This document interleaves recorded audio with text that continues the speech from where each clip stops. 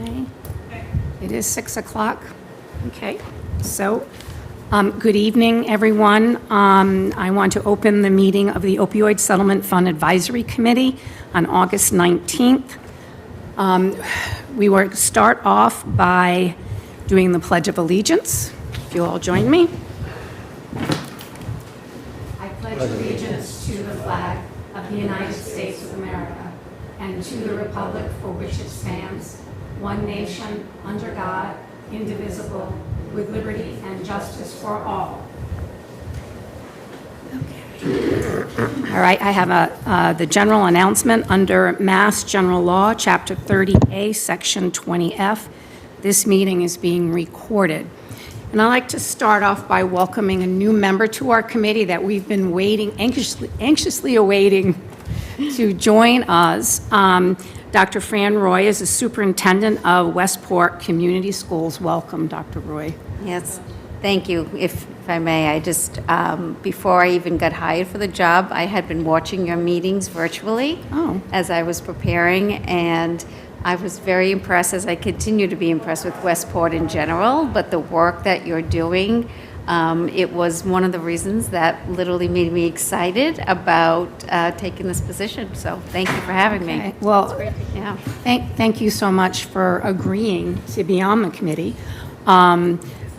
So I think that our work continues and it will continue for some time, but we have a good crew here to work on the important issues that are facing our community with substance use disorder. So why don't we just go around and introduce ourselves to Dr. Roy so she'll know who we are. My name is Pam Clarkson. I'm a parent who lost a child to an overdose, and I live in Westport, in the community. Okay. And I'm Donna Amaral. I'm on the Board of Health. Mel Bassett. I work at Bridgewater State University as Director of Community Health and Prevention. Christopher Dunn, Chief of Police. David Dorsky. Fran Craig Dutra. We've met. Yes, thank you. And David introduces himself as David, but he's Dr. Dorsky. Thank you, Dr. Dorsky. Sorry, Dave. Okay, so do you have a speaker tonight? I'd like to welcome Denise Mensdorf, right, to come up and speak with us. She is the director of the Massachusetts Alliance for Sober Housing, better known as MASH. Have a seat right there. Oh, you're going to, Oh, great. Just so you all have something to look at. Thank you for having me. we have been inviting community representatives who are working on substance use disorder issues. And one of the issues that has come up when Pam has spoken to people in it who are struggling with addiction, and one of the issues that comes up frequently is sober housing. So if you could tell us about your program and how we might work together. All right. So MASH is a nonprofit organization that has a contract with the state of Massachusetts to certify sober homes for throughout the state. So sober homes are a very specific type of recovery housing. There are 4 levels of recovery housing, and the first being an Oxford model. Not sure if you all are familiar with an Oxford model sober home or an Oxford model recovery home. It's basically a democratically run home, and where the occupants, they make their own rules, they lease a home or purchase a home, and they want to live in the home as an alcohol and drug-free environment.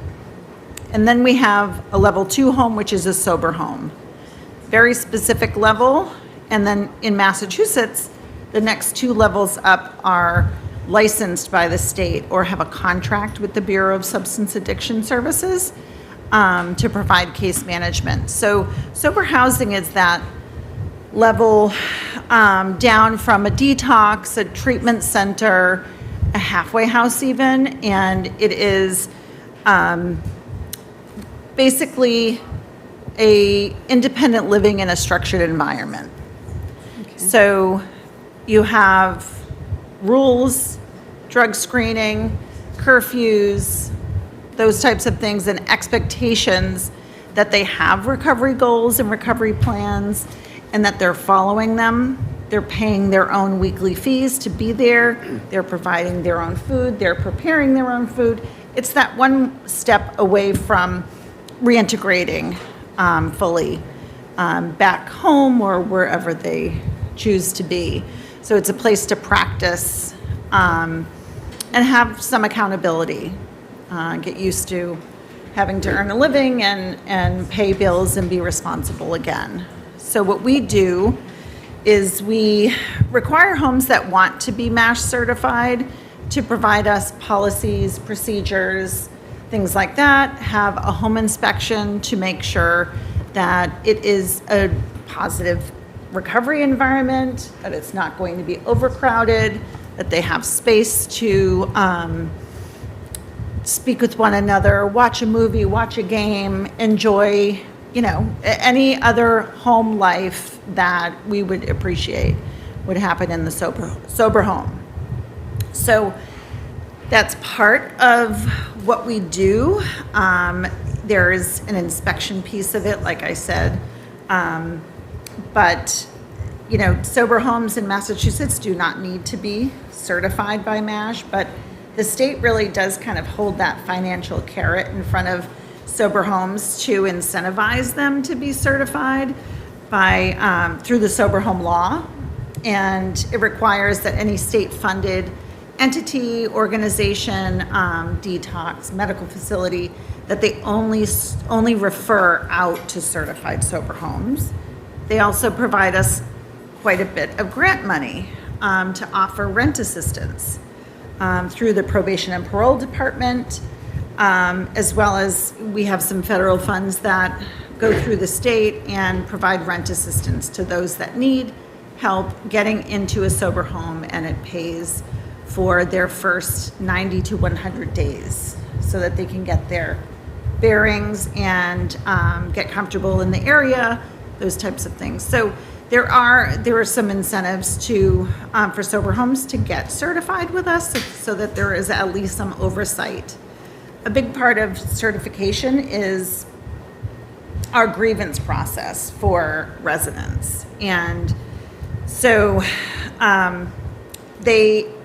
residents of the home do have someone to go to if there is unethical practices going on, unfair setting of weekly fees, or no refund, say, provided when they said they were going to. Any kinds of issues, bed bugs, anything like that happens or can happen, they have someone to report it to. And we follow up. So annually, we go through this recertification process, another inspection, and we also go out if there's any grievances that are reported that deem it necessary to go out and do another inspection. So, I don't know, I kind of went all over the place, but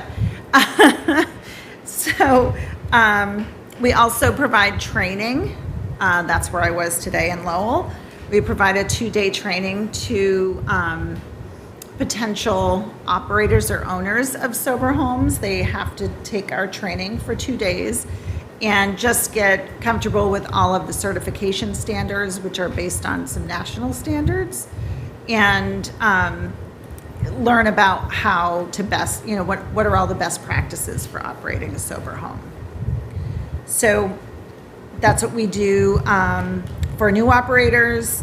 And we also provide training to the live-in house mentors that are usually in charge of checking on curfews and that everyone did their chores and weekly fees are getting paid and everyone's following the rules.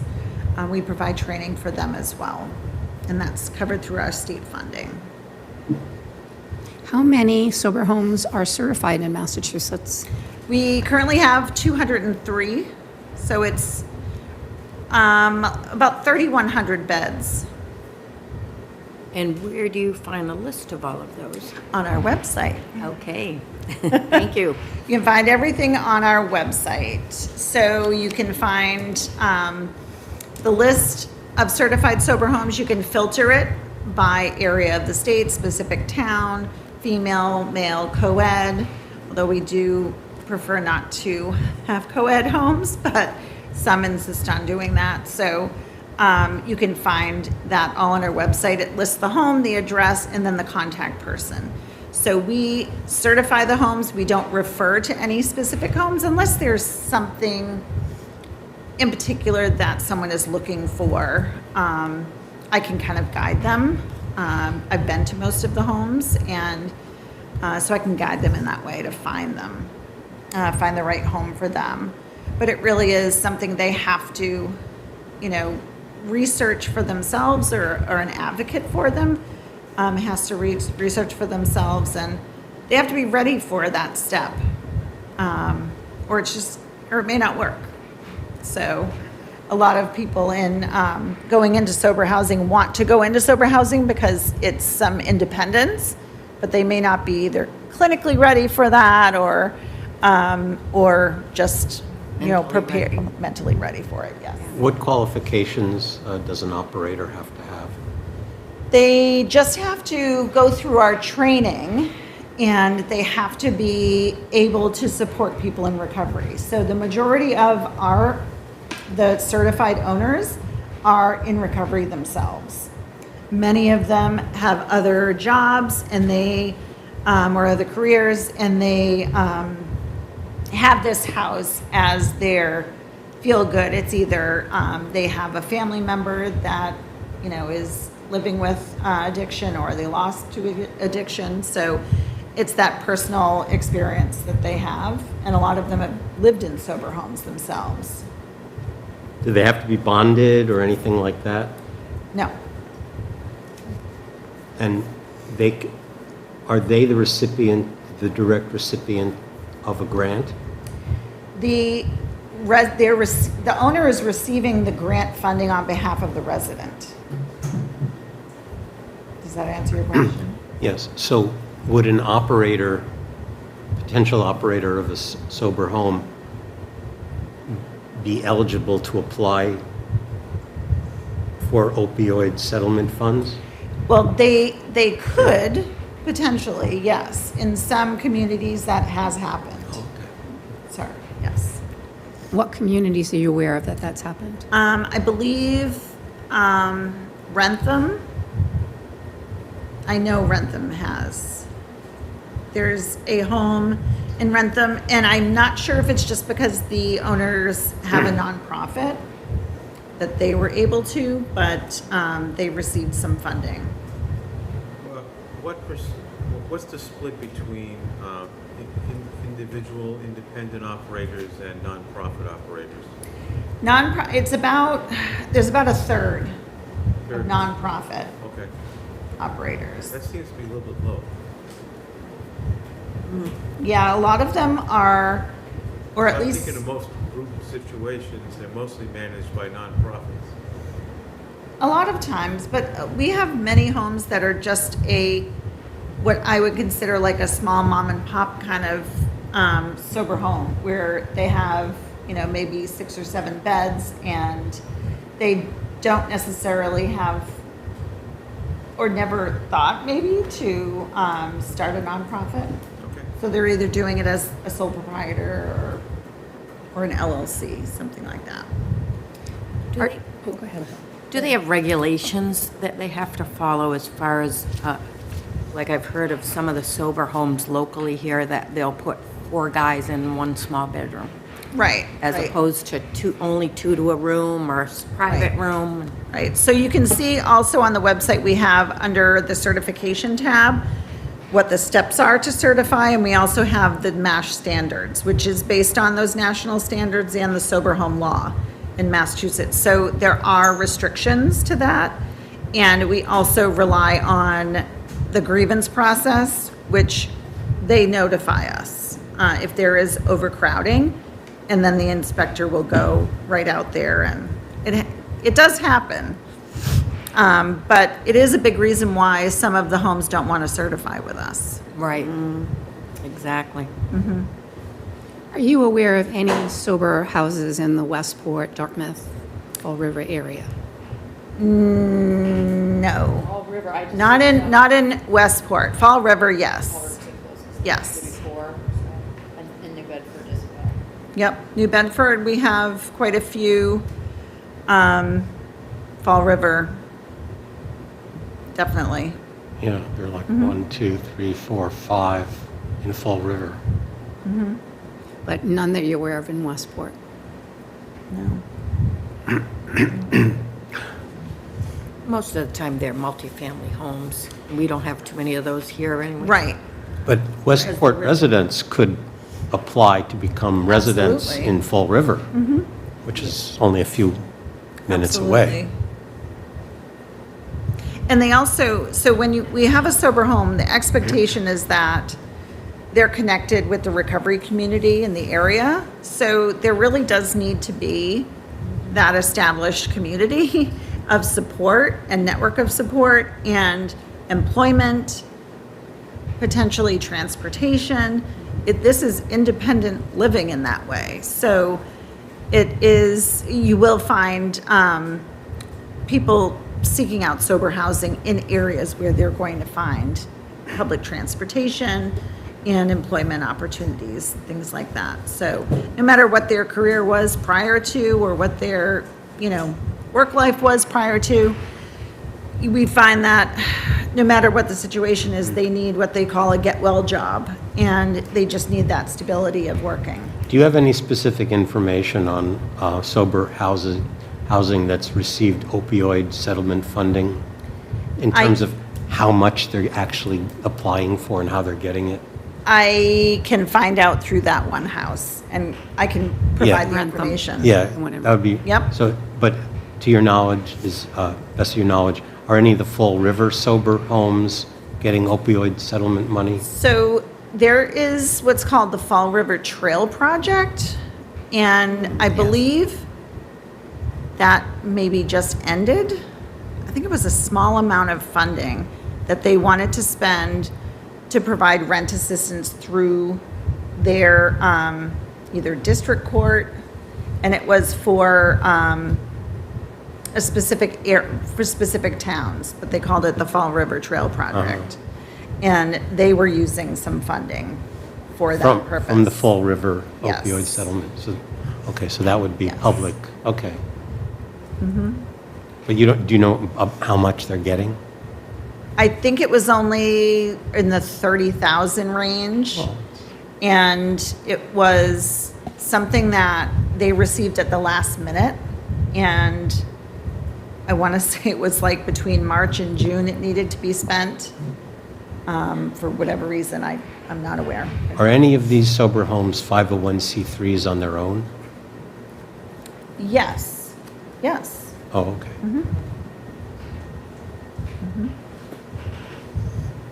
Is there anything I didn't touch on? It's just, One of the, we're in this discovery phase and planning phase of how to use the funds that we have. We want to support the Westport residents. We're not planning on starting a sober house, but to know that there isn't one in Westport, it certainly leads to whether or not somebody in Westport would want to start a sober house and whether or not somehow it could be supported by the grant. Pam is the one who got more information about sober living when you attended the AA meetings in town, that was the feedback we'd gotten. And thus reaching out to you and to find out more about it. How would you see the funds best being used in a sober living situation to help our residents? there is a huge need for rent assistance as far as to get into a sober home. When you have someone struggling with addiction, or they're in recovery maybe only a few months, who knows how long that has been going on, and whether they have the support from anyone a family member, friend financially that they can count on to support them in getting into a sober home, it's all self-pay. So once the insurance end of things is done, and the best place for them would be to go to a sober home, they often don't have the financial means to do that.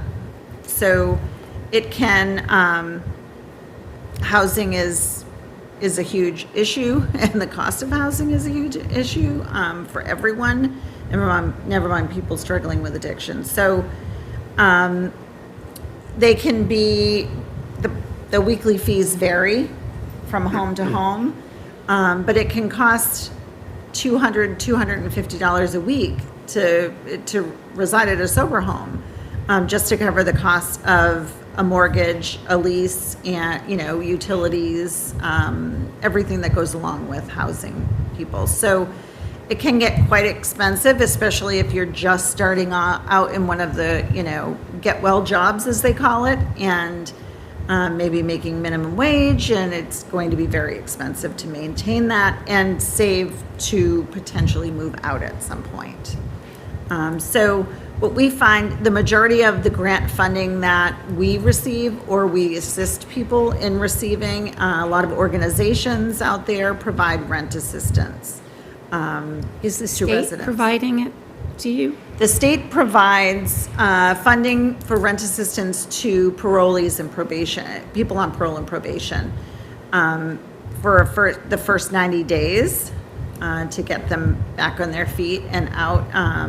That's something that we have worked with them on for the past 4 or 5 years, and they manage the grant. We fund it to the owners. And what they found, it was first funded in, I think it was 2021, and it was funded for like $250,000. And this year it was funded to $3 million.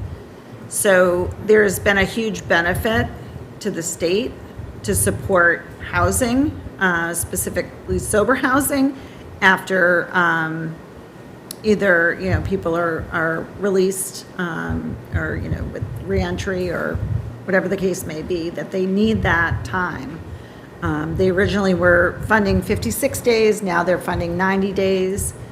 And they've really, the state is just what they do for just trying to help people not return is huge in Massachusetts. So that funding has increased every year because the numbers have proven to be worthwhile. So, Do you have any data on what percentage of the residents in the sober homes that you oversee are on probation, where residents in a sober home is part of their probation arrangement? I don't. Any idea? An idea would be, say if we have 3,000 beds,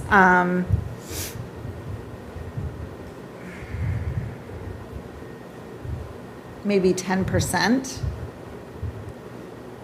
I would say 10%, So yeah. far from the majority. Yeah, it's not the majority, no. No. And did you say that grant money will be ending? Is that program going to end? No, the Parole and Probation Partnership Grant that the state doesn't plan on stopping that. They're just increasing it every year. What was that called again? I'm sorry. It's the MASH Parole and Probation Partnership Grant. They also have a different grant called Project North. That funding is probably not going to continue. But we do have some federal recovery housing funding that will be ending at the end of this year. We may get more funding depending on everything going on in the world now. So we're hoping to continue doing that. And that's for folks that are not on parole and probation and need the assistance, and they're financially eligible and they have not used another grant. They're looking to get into a sober home. They don't necessarily need to be coming from a treatment program. It could be that they're in recovery and on the street, We help them financially get into a home, match them to a home pretty much. Is it true that sober homes can't be opposed by a community because they're technically disabled people? Have you ever run into things like that? Oh, yeah. So if neighborhoods oppose the placement, the establishment of a sober home, who wins? If it goes up to federal court, the sober home would probably, But does it always, I mean, can it usually be settled easily, or sometimes there's a struggle? sometimes there is a struggle. What we try and tell folks is, yes, we want, be smart about where you're putting a house or where you're starting a sober home too. It needs to be where there is either transportation available, parking for however many people. You're not going to take up the street full of parking. We have to be aware of what you're doing and where you're opening homes, because there will be pushback. But there are, the sober homes are not like the, Stepford communities where everyone is a cookie cutter house. You have some that are in the city. We have one that's a farm in Danvers. All sorts, so that people can find something that they're comfortable with and that maybe they're used to living in, or maybe they want something completely opposite from what they were doing beforehand.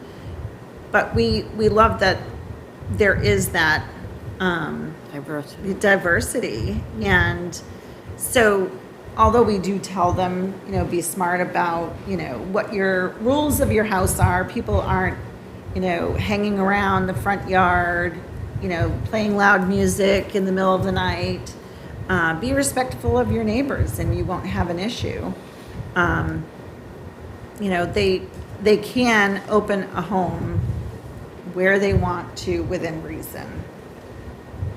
Are there staffing requirements for homes based upon number of beds? No. Or certification, I'm not talking. No, the best practice is that you have the operator of the sober home there on a regular basis and available, that you have a live-in senior resident, house mentor, whatever you want to call them, house manager, things like that, or multiple if the houses are big, because most of those folks work as well. So that is best practice. It's not a requirement, but we more or less frown upon it if those folks aren't there to Do the support. structures have to be wheelchair accessible? No. I do get a list, we have a list of accessible homes for folks that need maybe first floor, things like that. I keep like a little list in my pocket of those when people ask. And is the demand greater than the supply? Oh, yes. Unfortunately, yes. Right. It's not going away anytime soon. And we have more sober homes in Massachusetts than most states, larger than us. And I think, a lot, that's due to the towns and cities understanding and being realistic about what's going on and what the needs are. But yeah, there's more need. There's more need in Western Mass, in Central Mass, and unfortunately a lot of areas. But again, there needs to be the right mix of recovery community, transportation, employment that can help them sustain.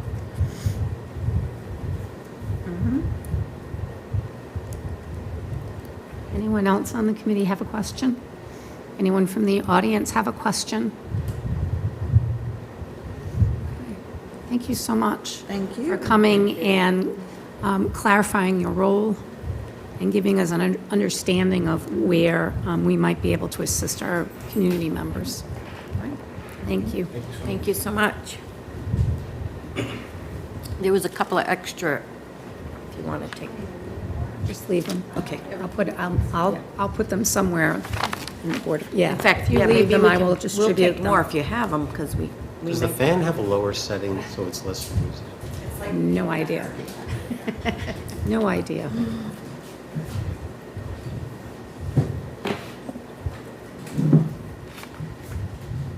It worked. Okay. All right, very good. So we will now move on to, I appreciate, Denise, that you came all this way to tell us about your organization and help us. Yes, I do. Yep. Drive carefully. Yeah. Thank you. All right, so we're going to go to committee business.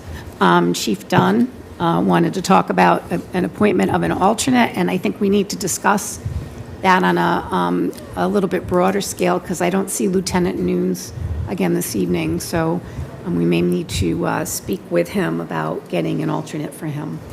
But I mean, I can only speak for the police department. I think it's extremely important that we have a member here. I know we've had issues with quorums in the past. Everybody has their own stuff to do. I just know September I will be unable to make the meeting. I have professional training.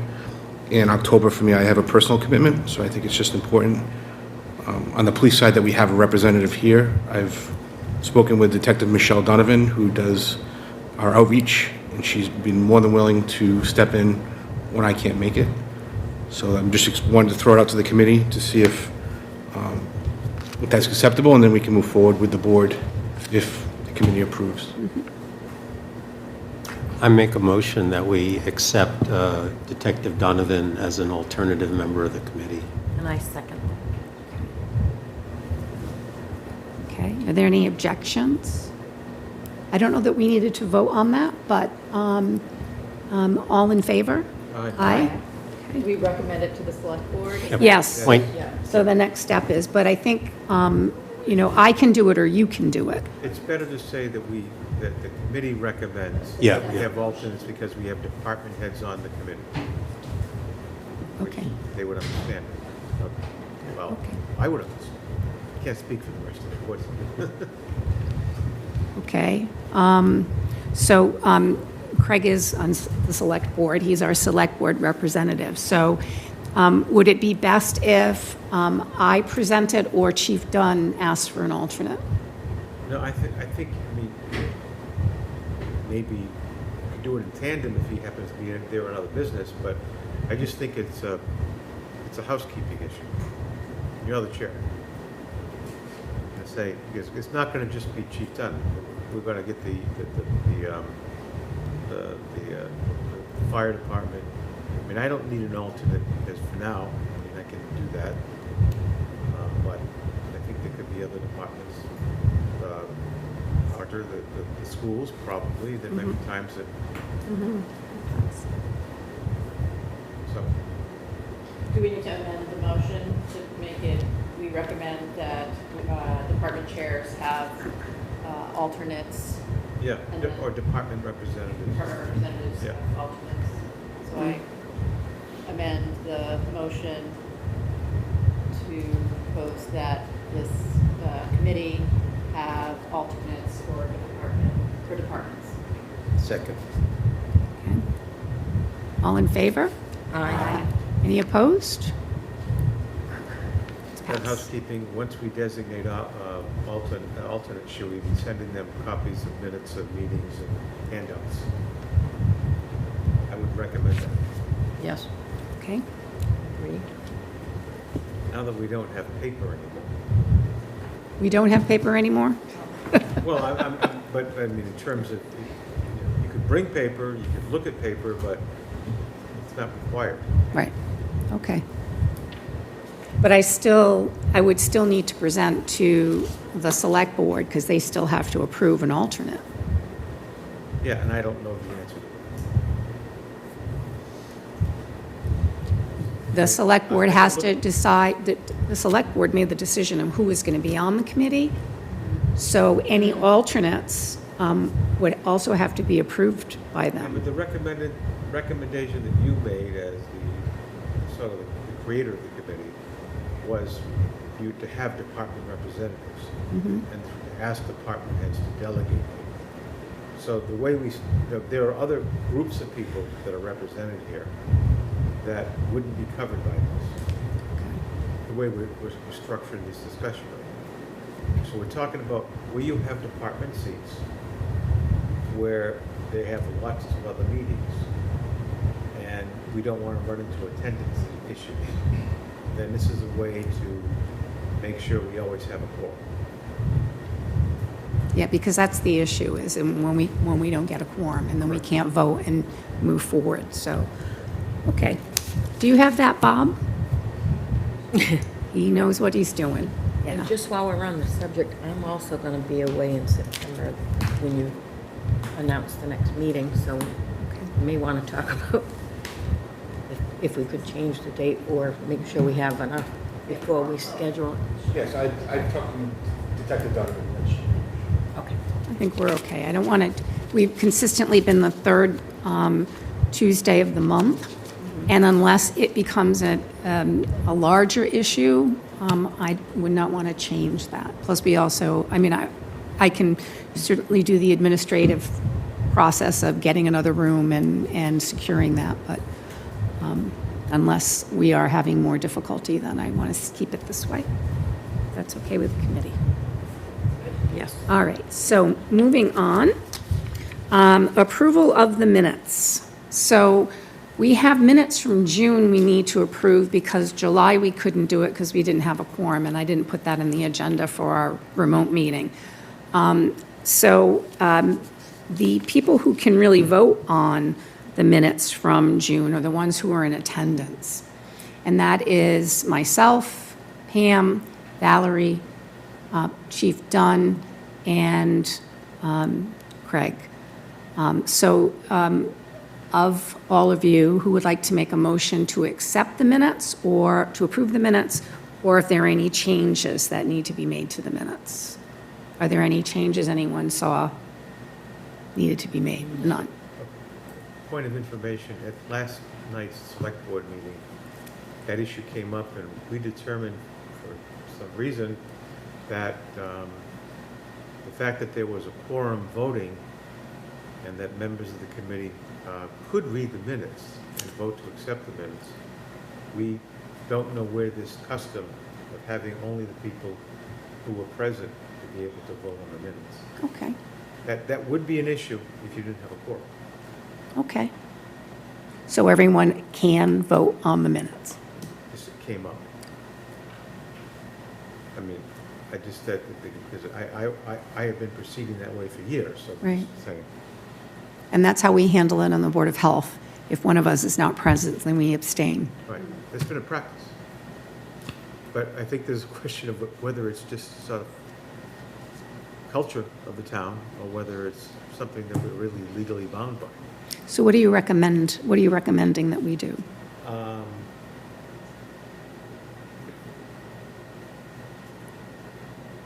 I would think, I would send a notice saying that based upon your meeting this week, we feel that as long as we have a quorum for a meeting, that people who weren't present, who received all the materials for the meeting, could vote to accept the minutes at a subsequent meeting. Okay. All right, so I would like a motion then to approve the minutes for June 17th, 2025. So moved. Val, second? Okay. All in favor? Aye. Any opposed? It passes, okay. Now, the July 30th, 2025 remote meeting. If everyone had a chance to look at that, are there any changes that need to be made, or does someone want to make a motion to approve? I'll move to accept the minutes of our virtual meeting. Second. Okay. Any objections? All in favor? Aye. Aye. So moved. Okay, thank you.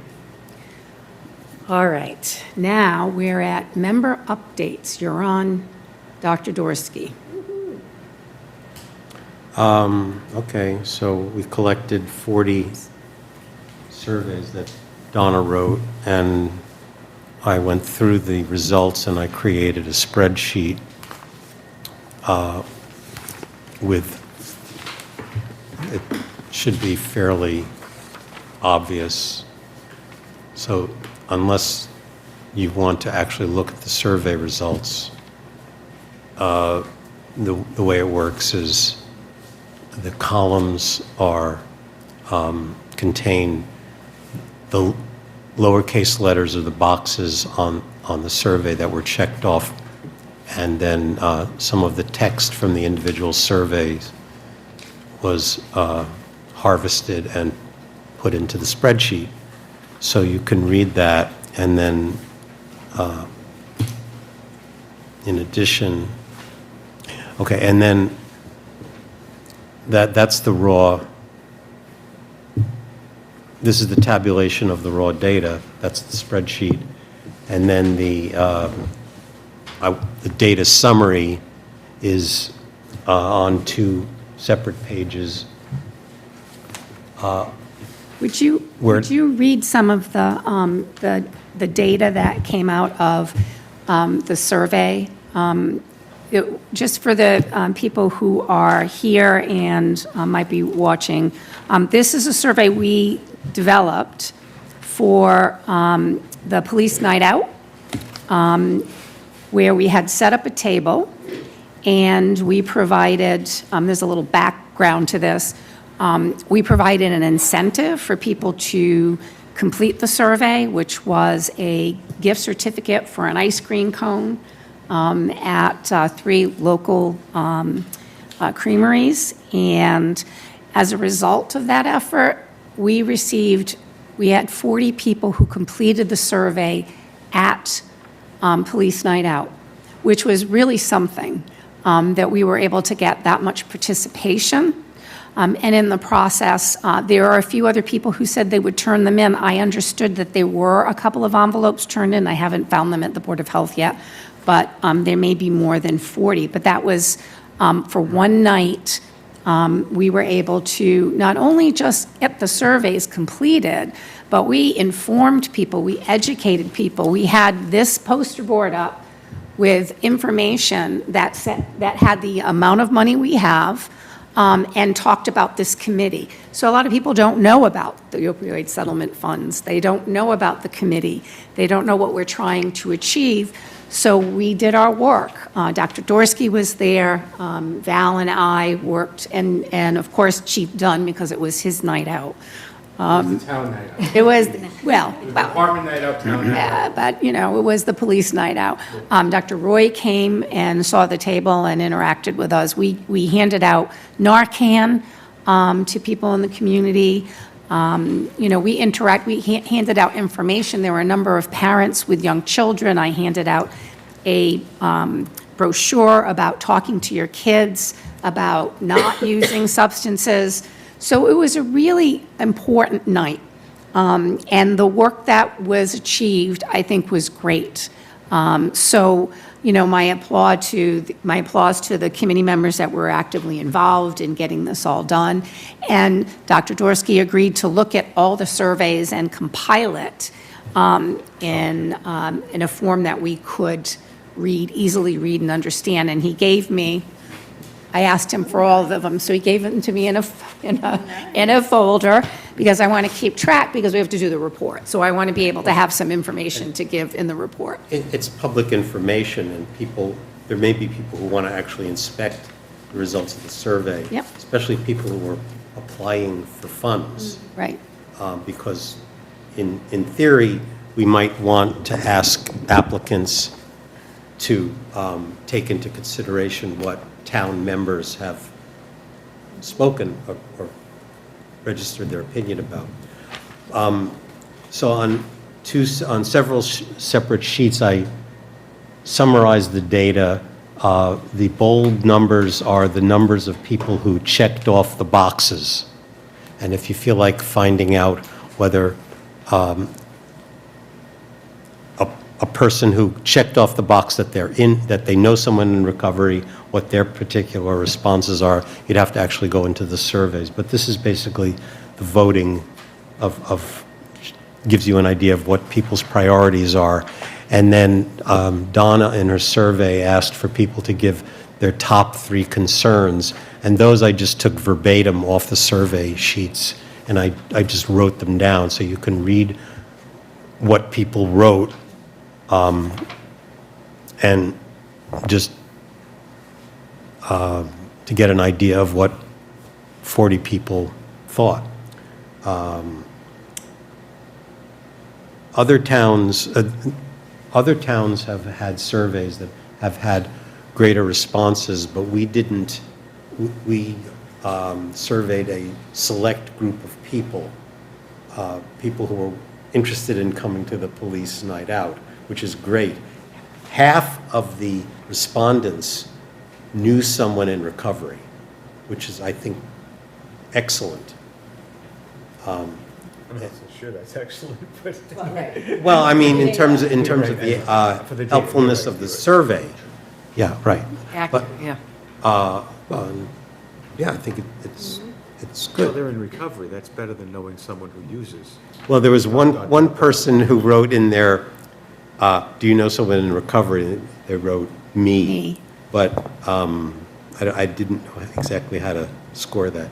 But anyway, you could take a look at this just to get an idea. I mean, 40 surveys is not that many, really, considering that there are, 16,000 residents, and doubles during the summer, I don't know, something like that. No, it doesn't double, but I think it's good, it was a good experience for us. I mean, and we may want to look at some other events that are occurring in town coming up with different demographics. I mean, you have Shell Stock coming up, which is, Actually, I thought they were skipping this year. what? Aren't they skipping this year? Shorelines, I think, so they're Yeah. skipping. They're skipping But this year. there's another one like that. You got the thing at the Holy Ghost Hall for the Wish Come True Yep. fundraiser in Labor Day weekend, around that time. You have the Harvest Fest. So, yeah, and the demographics of a Wish Come True and Harvest Fest may be a little bit different. So, I mean, that was my example. I think Shell Stock was. In terms of looking at what other towns surveys, other towns with comparable populations have done, the qualitative assessment of the survey responses are pretty much the same. So I don't know how much we would get from carrying out additional surveys, but we could disseminate the survey much more extensively. We could put it on Facebook pages, we could put it on the town website, Board of Health website, we could share it to email distribution lists, we could put it into shorelines, we could have flyers at Lee's and recreation areas. It could be brought up at the select board meeting, and the town of Harvard hired a consulting company to carry out their survey. It's a group in Boston. I tried to reach this company several times. They wouldn't talk to me. They haven't gotten back to me. But I'd like to find out how much they charge to do a similar survey. But I don't know that we need to do more, because I think we may decide that we have adequate amount of survey information. I mean, clearly this worked pretty well. And the question is, how much further do we want to go surveying the town? I think that's a decision that the committee should talk about. Yeah, I think that's a good point. So was this survey electronic? Is it electronic, or is it just paper-based right now? We just did a paper version at that event, but we do have digital version as well. Meaning, we send out surveys to staff and teachers and parents all the time, and, you could certainly just make it a quick Google form, and you can even put like one of those barcodes, and we could get a lot more, I'm sure. I think the question, though, that you're raising is a really good one. Do we anticipate we're going to see anything different if we, go through sort of the school way and people who have kids in the school? Would we see anything different? Is it worth doing it? Or do we take this and then have more focused groups based on that and kind of go deeper with the themes that you're seeing here? I think the main purpose of the survey, besides to take the temperature of the town, is also to serve as advertising to alert people to the fact that there is an opioid settlement fund that people will be able to apply for, and it sort of sets up the idea that we're going to put out an RFP soon, I hope, so people can actually come up with ideas of how they would like to spend the money and to move this process along. So I think that we have to work on deciding what the timeline is. I mean, the one thing I would add, in addition to marketing for the funds and the RFP, I would say, I had a lot of people say to me, I'm so glad you're talking about this. Again, looking at your results and tabulating other inputs, stigma is very high in the top 4, probably, recommendations from different groups as something to address. And so people who are filling out the survey would often just say that in appreciation, just having something there, having these words there, saying substance use disorder, saying recovery, saying overdose, talking about it. And some people shared, some intimate experiences. So there definitely is some hunger and demand for communication and awareness, as well as actually services and resources. So I think it's a question about capacity to go to other events, but I think it shows the need for presence and opportunities to talk with people. So I just thought that was important to have on the table. It was a reminder about just the value of, connection, de-isolation, and destigmatization. And then I think, I think we'll talk more about this and how we have a plan in place, but I think for sure, the group I would want to dig in more deeply is people in recovery and people with lived experience who are struggling with substance use. We have a little bit, and we can weight that heavily in our analysis, but we want more of that. And I think it's an interesting idea to potentially get more school info, but that could happen at the same time as doing other things and could inform us forward. But yeah, I think I was amazed at the value I saw at just being there for these conversations and inviting people to give their input. The town of Harvard actually sent their survey on the school newsletter to all the parents. And that is really a goal of mine. And that's why they got 170 responses in a much smaller town. That's actually on the agenda, because it's been a goal of mine to get input from students, teachers, and parents, because I'd like to hear from the population we're really talking about is the kids, but also the parents and the grandparents who are raising their grandkids, right? But and also from the teachers, what they're seeing. So I know it has been a goal of mine, and what's happened is we haven't had a good representation because, and in all honesty, Laura was incredibly busy trying to hire you, right? She was on those committee meetings, so she couldn't come to these meetings because she was in the process of trying to hire a superintendent. Yes. And so, your being here is where I want to really, you're the inside person, right? That you have the contacts and also the experience of working with youth, that you can contribute greatly to how these funds could help them. So I still would like to do that, and we can talk about that next. But this survey, what I will do is once I have mastered doing our web page, we have a web page now. They're in the process of, I don't know if it's up yet, the new Town site's up. the town site's up. Yep. So when you go to the town site, there will be an opioid settlement fund advisory committee webpage. And I have started to put information in, but I'm still working on it. So there's minutes, there are agendas, there are some videos from the meetings, and there will be, and I would like to put survey results,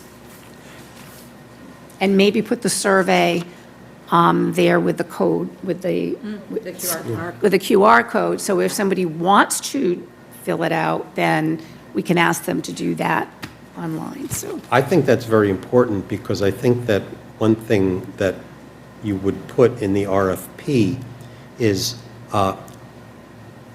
how does your proposal conform to the survey results? Because this is the actual data we have about our town, which is different than other towns. And how does your proposal address specific needs in Westport? And if the survey results are there, then there's no question about, what the common knowledge is. So they're not relying on rumors. This is the data that we've been able to obtain. Do you want to now talk about the draft of, and I want to emphasize this is the draft. Can I ask a quick question first, or make a comment? I first just wanted to really appreciate how you synthesized it in the summary.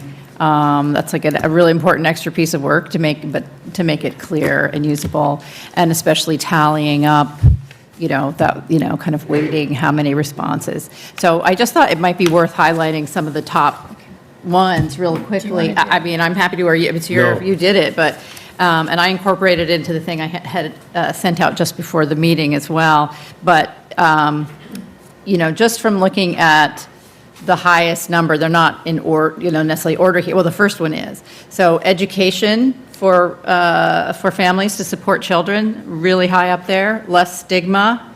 And then in that top number question, understanding and help to get treatment at school instead of being expelled or punished. That's a powerful one. We've heard that, a few times. And for barriers, number one, affordable treatment, treatment that insurance covers, so access to treatment financially, help navigating the system. I think this goes to this next page. No, that's a different question. And then the third is no one to talk to, isolation, which I feel like is the other side of stigma. And then what could help support recovery in Westport, a sober recovery drop-in center or cafe space. So space dedicated to recovery and sober activities. More peer support, which sort of overlaps with that one in ways, but can take different forms. And again, reducing the stigma about substance misuse and recovery. For places to access information, number one, unsurprisingly, social media, but a good reminder to us. That followed by flyers in public places, which isn't what I would have expected, but I think the physical, visible reminder, both is destigmatizing, actually, that was not necessarily in there, but is where people get information.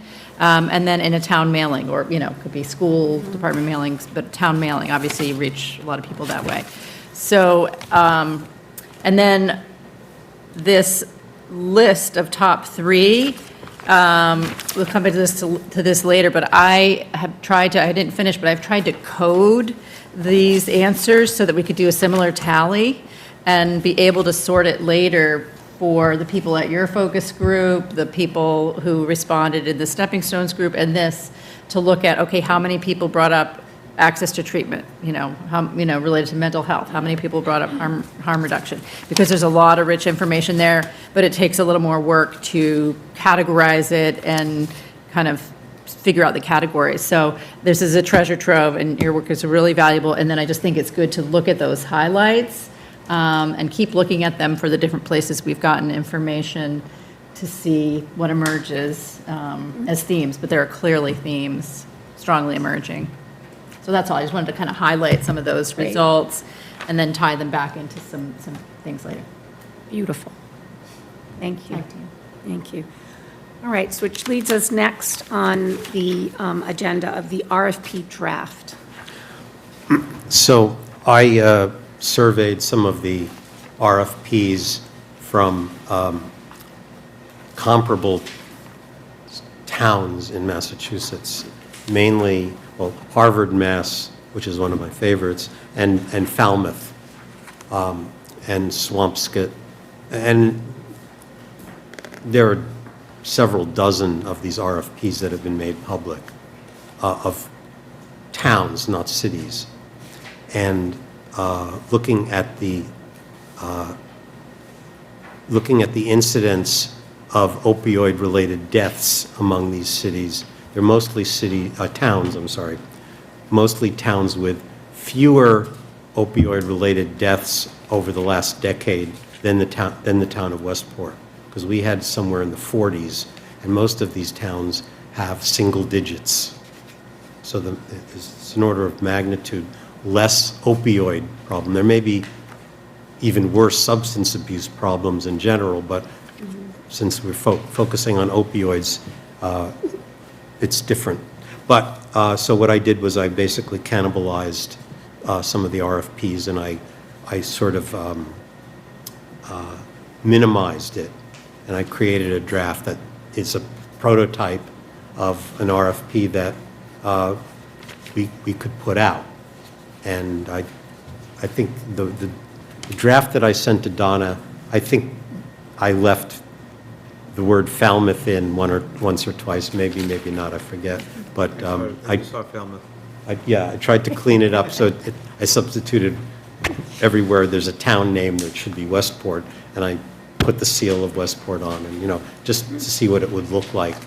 And then, but, we have to start thinking about how we're going to identify people who will apply for the funding and, move this process along. On that note, I mean, I like the layout of this and the questions, and if we want to get these back by October 6th, we should decide tonight Decide tonight what? to go ahead with the RFP as presented. I mean, I would recommend that we kind of apply the data, because the one suggestion I had would be to add in some of that high level, like, here are priorities from what we've heard in town. We want you to address these, so that we, because we need to do some work Customize. together. Yeah, so that between now and the next meeting, we each make any comments, people just have gotten it recently, and then vote at the next meeting Okay. with the, But I think incorporating the input. To move back a little bit, because if we're Right. meeting the second week of Right. September, we're not going to realistically expect the RFP to be returned by the First week of October. Right, yes, that makes sense. Well, Unless we attempt Come to, back another month. Well, and we, unless we attempt another Zoom meeting. Right. I just picked a date. Ideally, yeah. We were trying to get it for, So in October, yeah, yeah. I mean, that was the discussion of the committee. yeah. Yeah. Well, I think, because we have to present it to the select board first. So, But then if we're not ready to select it to submit it to the select board, because we have a 3-week. you need to see it 3 weeks before the meeting. We're not meeting for another 3 weeks. So we're going to be sort of lapping each other. Right. Well, unless we do an additional meeting, That might be the to do better. this, that's, yeah. Well, Could it be a Zoom? Like we did before? If it's a one agenda item, that would make that meeting, that would be perfect. well, I'd like to ask the committee to look at this draft and make criticisms of it, and work on it as a project over, before the next meeting. And we could, it's not a lot of work. If you like this overall skeleton, and it could be changed any way that you think, but it could be a working Yeah. draft. And then we would have something for the next select board meeting, which is in 3 weeks. Double check that, but that was my Yeah, understanding. and- We had a 3-week gap coming up. And I Because think of it's the next holiday. one, Because of the holiday, yeah. But I think that if it needs to be scrapped, that, it's fine. I don't take it personally. I think it's close. I just think But it's probably good to have a little more conversation and thinking about I mean, to me, honestly, it's just almost like adding, clarifying scope of services, adding something about the priorities in Westport, which I will definitely, play with, and having a chance for everybody to think that way. So, I mean, whether we add an additional, try to add a meeting, and by that time, we all have our thoughts, or what's the date again to get it to the select board? I've heard 3 weeks, but I don't have like the date in my mind, so I just want to write it down. And 22nd? It would, September 22nd? no, not 20. It would be, is it going to be the week after Labor Day? Well, Or the week after What's the that? day of the week? It would be Monday, it's the 8th. we're the 18th, so we're skipping. When does Labor Day fall this year? Labor Day Right in the is beginning. September 1st. Second, or It's first. right on the yep. 1st. Yep, So the next Monday is the 8th. that's all. By then? That would be quick. Yeah, next Monday is the 20, But the next, but Right, and then the when the select board would meet would probably be the following week. yes. All right, so that would be the September 8th. So if we have a meeting, say, in a week or 2 weeks, and we could do a hybrid meeting, I would have to get another location, but we could do a hybrid meeting. And where we're just talking about the RFP and the RFP process. Would that be something that the committee is willing to do? I would move that everyone submit their criticisms or additions of this prototype to Donna, and and we delegate her with discretionary power to draft the RFP and submit it. I don't think anyone's going to really, everyone has a chance to give their input, and I think the committee chair should have the discretion to Finalize. synthesize the opinions of the committee member and create the RFP. I mean, I would think we'd want some discussion, but it could be a process where it's synthesized and then presented, changed. Everybody gives their comments in advance, and then what we discuss at that next meeting is a new version. But it seems like there should be some deliberation. Yeah, I would prefer that it not just be left to my discretion. I would prefer a discussion, or if someone has, and some other way of presenting it, that we would talk about it in the next meeting, or we present it to me. But I think we need to vote on this as a committee when it's completed. That's how I feel that way. I don't know how do you feel, Craig? You're on the select board. We're going to be presenting this to the select board. I'm probably not a great contributor from now on in terms of this process. So I don't get in the weeds except when I need to. So, and there may be others in the committee that are the same way. But there's also a group of you that would be very good at communicating with each other about fine tuning the final steps of this survey. And so when you need a committee to meet and vote, I'll do my best to be there. And if it's a virtual meeting, it's almost a certainty. But I'm not going to be a huge contributor going forward. Because of your dual role. What? Because of your dual role? Yeah, and because then and my inclination, it's, What do you mean, your inclination? I'm not a good detail It's person. preference. Well, Okay, I just needed to clarify that. I know the psych nurse is working here. Inclination, what does that mean? Okay, all right. I avoided all the usual cliches. I think that there's a small degree of time pressure Yes. involved. That was and the I other thing. And I I'd like think to that see it would be good if we could have a draft of the RFP to send to the select board. They may want to modify it, and I just bring this up.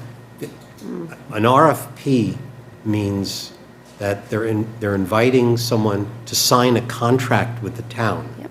And so it has legal implications, so the town attorney is going to have to sign off on the RFP. So we're not the final sculptors of this document by any means. And so I think that we should, say we've synthesized what we think the town's needs might be. Let me involve our informal consultant, another hat, Bob, because Bob does as many RFPs as the rest of the town right now. We never get town council involved, do we? No, at this point, you should pass your draft before the town administrator will also to the town procurement officer. If there's anything important missing, he will advise you of that. Yeah. So what you're saying is we need to take what we have, the draft we have now, and present it to the town administrator. Yeah. He's getting ready to leave. He's going to be around during the early phases of this, maybe even later. Okay. No, we can note it's a draft that we're finalizing, but looking for kind of structural, like sections Okay. or To see if there's particular. any weaknesses that would, could result in. And then the other thing is I wouldn't hang our hat on the results because we're also asking people with some expertise to come forward. And we're hoping we're going to get people with expertise working with our community. And so they should be, some of the better ones should have a universe of people that is larger than the universe of people that we're giving as examples from our survey results. And so we should say something that is consistent with not only what our surveys and findings are, but your experience providing services to the Westport residents. Keeping some flexibility for the expertise of applicants. Right. They just have to make the case, you know. So, and building that into the criteria. Right, so we don't get into the trap of saying, well, our survey said blah, blah, blah, blah, blah, and they didn't even address that. Right. So, Okay. Bob, do we have a vote on the floor? Okay. Or Some a process question about the next meeting. Do we have to vote on having another meeting? well, I don't, so I'm confused right now because I thought that the idea was that we didn't need to have another meeting. I think both ideas are still afoot. I'm still in favor of another meeting. What I understood, Dr. Dorsey was saying is like, maybe I misunderstood, is that, well, one option was just to give you discretion. Yep. And another was we can not use the meeting to make edits, if you will, but everybody sort of suggests their edits in advance. And perhaps that can be synthesized into a new draft in advance of the meeting, and then that discussed and voted on. Or a third option is there are multiple kind of versions that we resolve in a working meeting. It's probably simpler to try to synthesize them, which we can talk about in advance, and see what other people would like to do as a process in terms of having time to look at it. it would make life easier if whatever we come up with is something that someone has developed consensus about, Sure. and then we can deliberate the consensus product. Right. I think that's ideal, for sure. So that means another meeting. Well, I would recommend it. I don't think. I'll help you if you, I mean, in terms of wordsmithing and editing and all that, I don't think there's that much work to do. I agree. I think that's. And then when we have a draft, then we can send it to everybody and everyone can, I mean, I don't think there's any rule that says we have to vote on it. But I don't think there's a great hardship either in having a meeting where everyone has looked at the review and we vote on that. That's fine, but I think that it should be submitted for the select board to look at their next meeting. Right. If possible. All right. That would be what I would, But we're creating work for ourselves. We're losing Bob. Between now and the next meeting of the select. board. Right. yes. That's the only way to meet the timeline and have a process with, more input. Yeah. Right. So Yeah. if we're willing to do that, I would argue for that. I'm willing to do more work in the interim, but it's up to the group. How many people have seen the RFP sketch? No- Yes? Yes, yeah, Today, like. for today, the- yes. So everyone has at least seen it, and they can work on it and submit it, and then we can, Yeah, Bob is checking on something. yeah, I agree with Want to give the, them a sample, see if what you have drafted Oh. looks something like that. well, that's the point I was going to make. Yeah, just before we bring it to the select board and before we meet and vote on it, the legalese of an RFP, if, you know, we can also send it out to the town administrator, like you said, to make sure the legalese is in there while we're editing it for content, right? So have that parallel processes. Passes. Oh, okay. I will send the draft to him via email.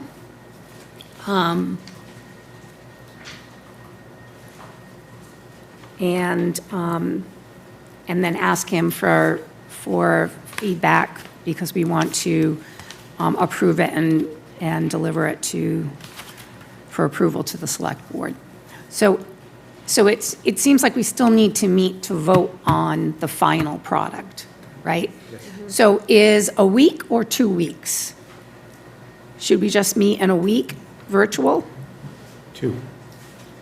2 weeks? What is that? That's Second? It's the 2nd. Is everybody going to be around? I have something from 6 to 8, but I don't have to be there the whole time, so I This- can cut out. Virtual or? Virtual? Yeah. Because we're just going to vote on the RFP, the final version of the RFP. So then I can go before the select board or present it to the select board, or we can go and present it. Doesn't have to be me. Okay, so how about a morning meeting? I can do the evening just because it's going to be probably an hour at most, right? Yeah. Yeah. Can you do a morning meeting? On the 2nd? Yeah. okay, so it's Tuesday. I just have a 1 o'clock, I have a 1 o'clock obligation. You're free until 10:30 in the morning? Yeah. Chief Dunn? Tell me when? What works for you? 9, anytime after 9 would work for 9 a.m. I will schedule a virtual, and I will get me. a, Dr. Rowan? Yeah. Well, Oh, yeah, that's not we're good for still you. in I'm sorry. session, right? Yeah. so, Oh, no. You Never know, mind. we're still kind of welcoming everybody back. I can probably do later morning, even 9:30 would be better than 9, just making sure everybody's where they need to be. Yeah, 9:30 is perfect? It should be quick, okay. and if everybody will get the final version, we're going to work on it, everybody's going to send what they think needs to be changed. David, you said that, you had Falmouth in there, so to clean all that up. Yeah, there's some. Yeah, and if you can clean up the Falmouth stuff and then send it to me so I can send it to the town administrator, that would be great. And then maybe we need a deadline for all of us to submit comments, in even a format, which we can think about after. In a week, one So, week, so that by when we meet in 2 Tuesday- weeks, it's all ready. Perfect. So any comments by Tuesday, the 26th? Okay, so can I have a motion that we hold a virtual meeting to vote on the RFP on the 2nd of September at 9:30? Some second. All in favor? Aye. Okay, good. All right, so moving on from the RFP. You just briefly mentioned the Harvard study. There is a Harvard, I didn't print it off, but I can send it if people want to look at it. It's 33 pages, so if you want to get an idea of whether or not that's something we want to spend money on, I know that Fall River spent $100,000. Was it 100,000? It was a lot of Yeah, money. yeah. Yeah, to Was. do that study for Fall River. And I'm like, I don't want Westport to spend that kind of money on a study when we can do some of that work. So, but I can forward that and everybody can take a look at that. All right, next is committee planning. So next steps. Just Yeah. one other thing. Oh, yep. We talk about, Sure. member updates, I usually give an update every month. Oh, I'm sorry, others. Yeah, go ahead. So unfortunately, we've had 4 non-fatal overdoses so far this month. It's almost 100% increase than we had in the year. We've had 5 between January and July. I was on a conference call with Lieutenant Deans about another matter, and this kind of got brought up, and I guess there's word that there's a different version of fentanyl going on right now, and that's why the overdoses. And what's it called? There isn't one. I just, There's carfentanil, which is even more potent than fentanyl. Oh, yeah. However, but I think this is just a different version of fentanyl is what the word is. I can't confirm that. But yeah, we've had 4. I've been in touch with Detective Donovan, or a transition with Nikki Fontaine and Fast. Okay. That's going a little slower than anticipated. The 4 of us had some incidents in their city that's requiring her attention. Yes. So we're moving forward with that. So hoping either September or at least October, that transition is going to happen with our officers and Fast. So that's kind of the police report from what the was. Are you familiar with that program? No. Dr. Roy? I wish I knew what the acronym stands for. Fast? Yes. I just looked it up and, Fall River Addiction Support and Treatment.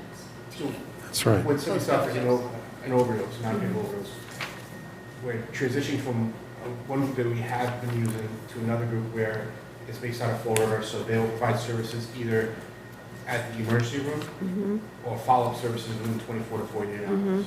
Okay. So we have 2 officers that are dedicated to our police, within our police department to go out, we wear civilian clothing, Yeah. they're there with a clinician, and they're not only for the person who suffers the overdose, but also for family members as to what services they can provide. Right, So they nice. usually try to go out at least once a week. If they don't have visits to make, they'll go to establishments, restaurants, issue Narcan, just to kind of talk in general.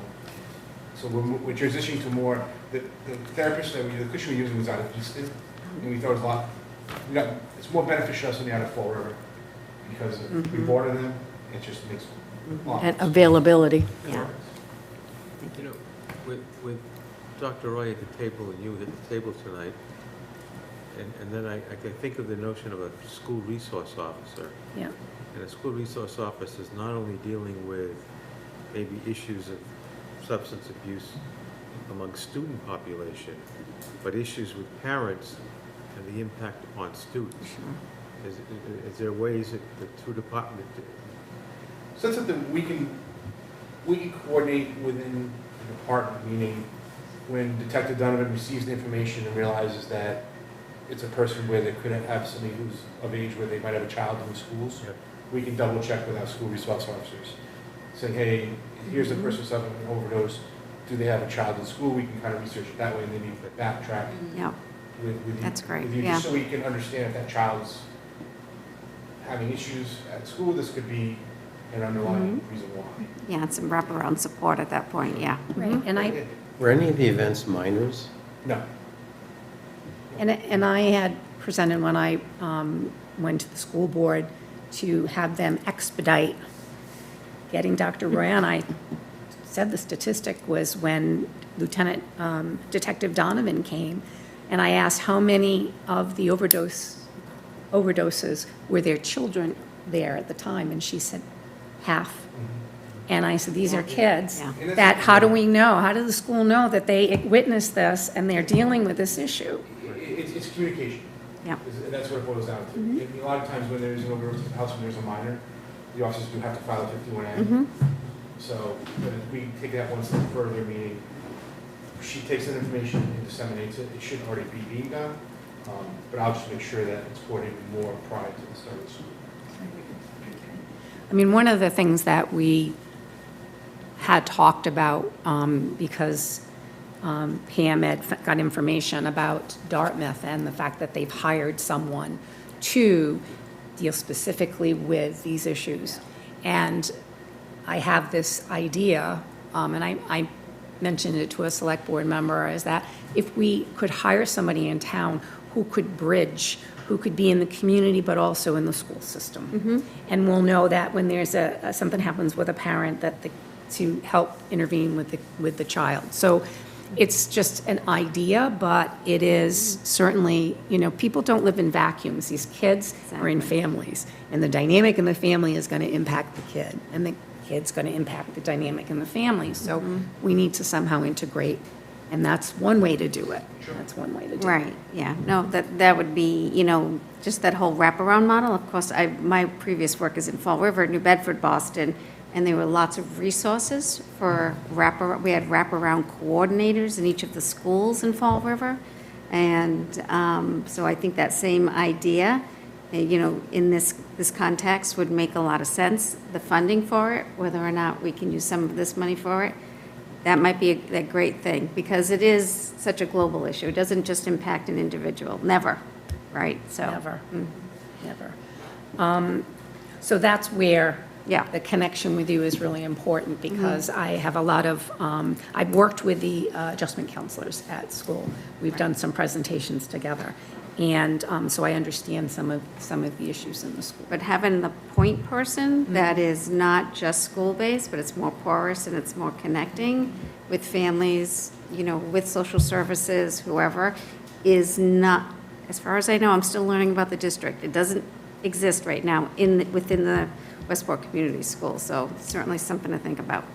And if you have any data on what that would cost, because that could also be presented as, this is what it would cost. And so again, Yep, our job okay. is to advise the select board on these are the best ways we can use the funds. And we're just gathering all that information, and we're going to present it to them, and then they need to make a decision about it, so.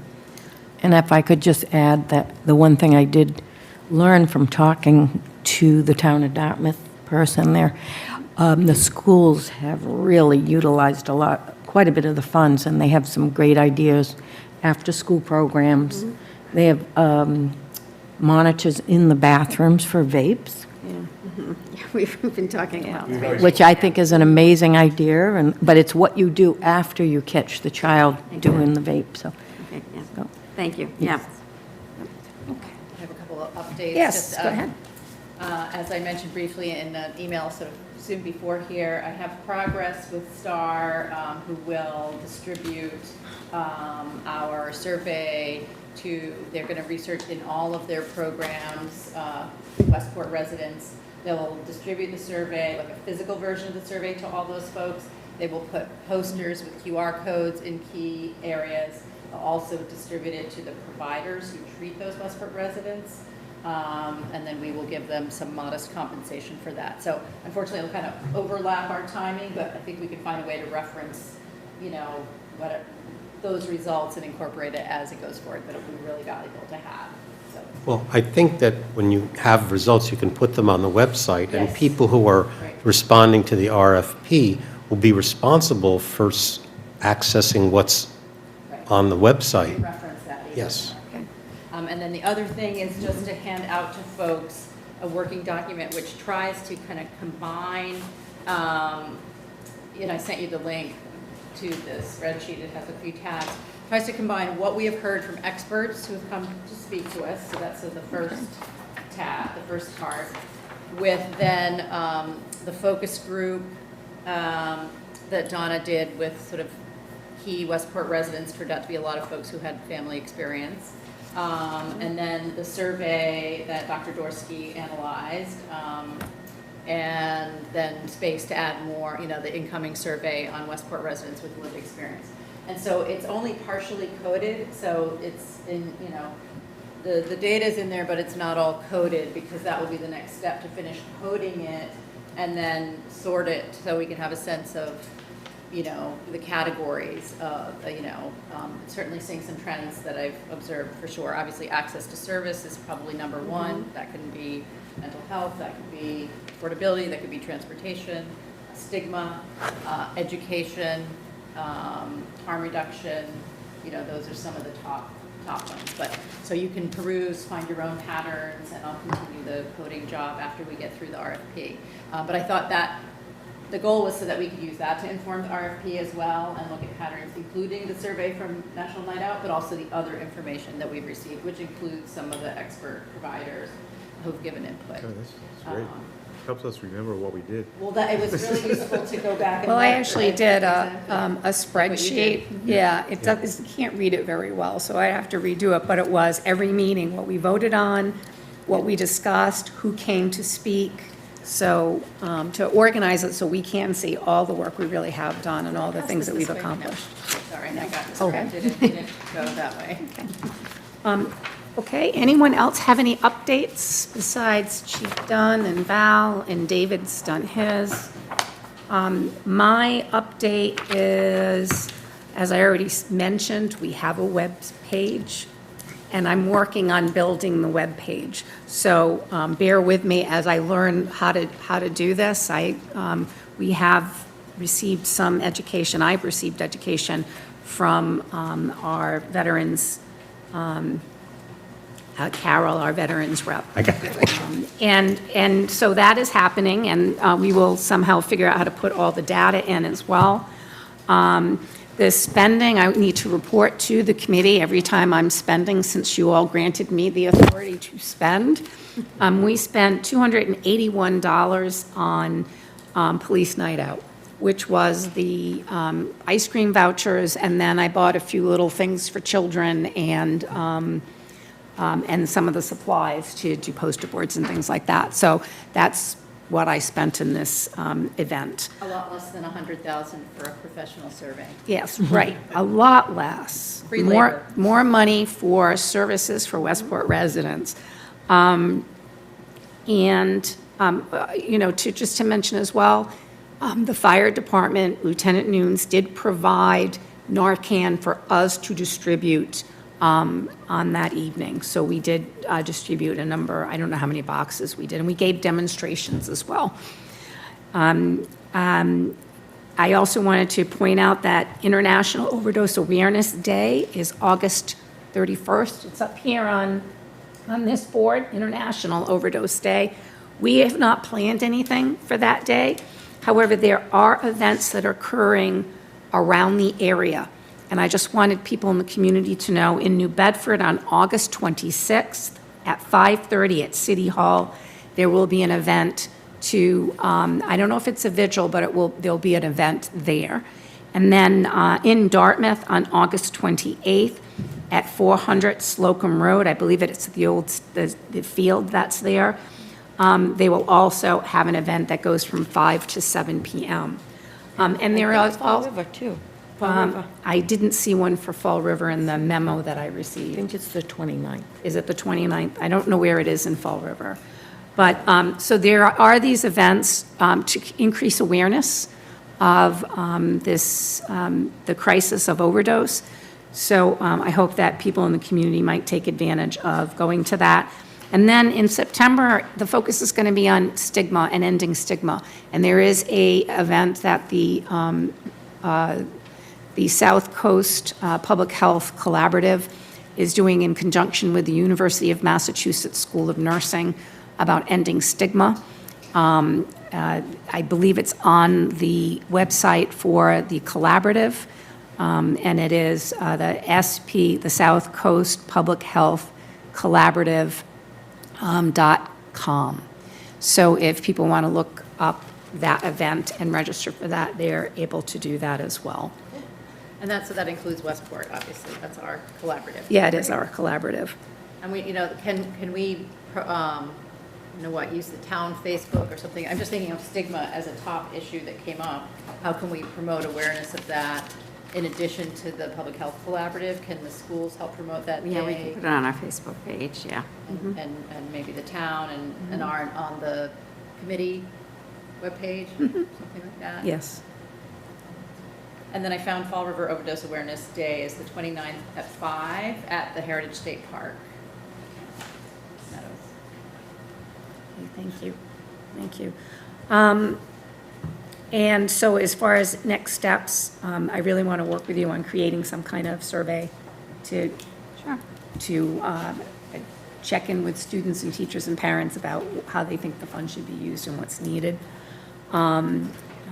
And if there's any other steps that we need to take, we know we're meeting to vote on the approval of the RFP. Are there any other steps that we need to be taking at this point? And Val is going to continue to work her magic on her data collecting and organizing. And thank you, David, for all you did too. Okay, all right, so this is an opportunity then to open up to people in the community. Do you have anything to share tonight? Nope, okay. All right, any other topics not reasonably anticipated 48 hours in advance? Okay, so then our next meeting is September 16th, the meeting here in this room. but we will have a virtual meeting on September 2nd to just vote on the RFP draft, or the RFP, what would we call that? Next version. Version, Proposal. a proposal. Yeah, well, it's in the name RFP. Then I take, if there's no other business, I take a motion to adjourn. Can we adjourn? Second. All in favor? Aye. Any opposed? Nay. The meeting is officially adjourned.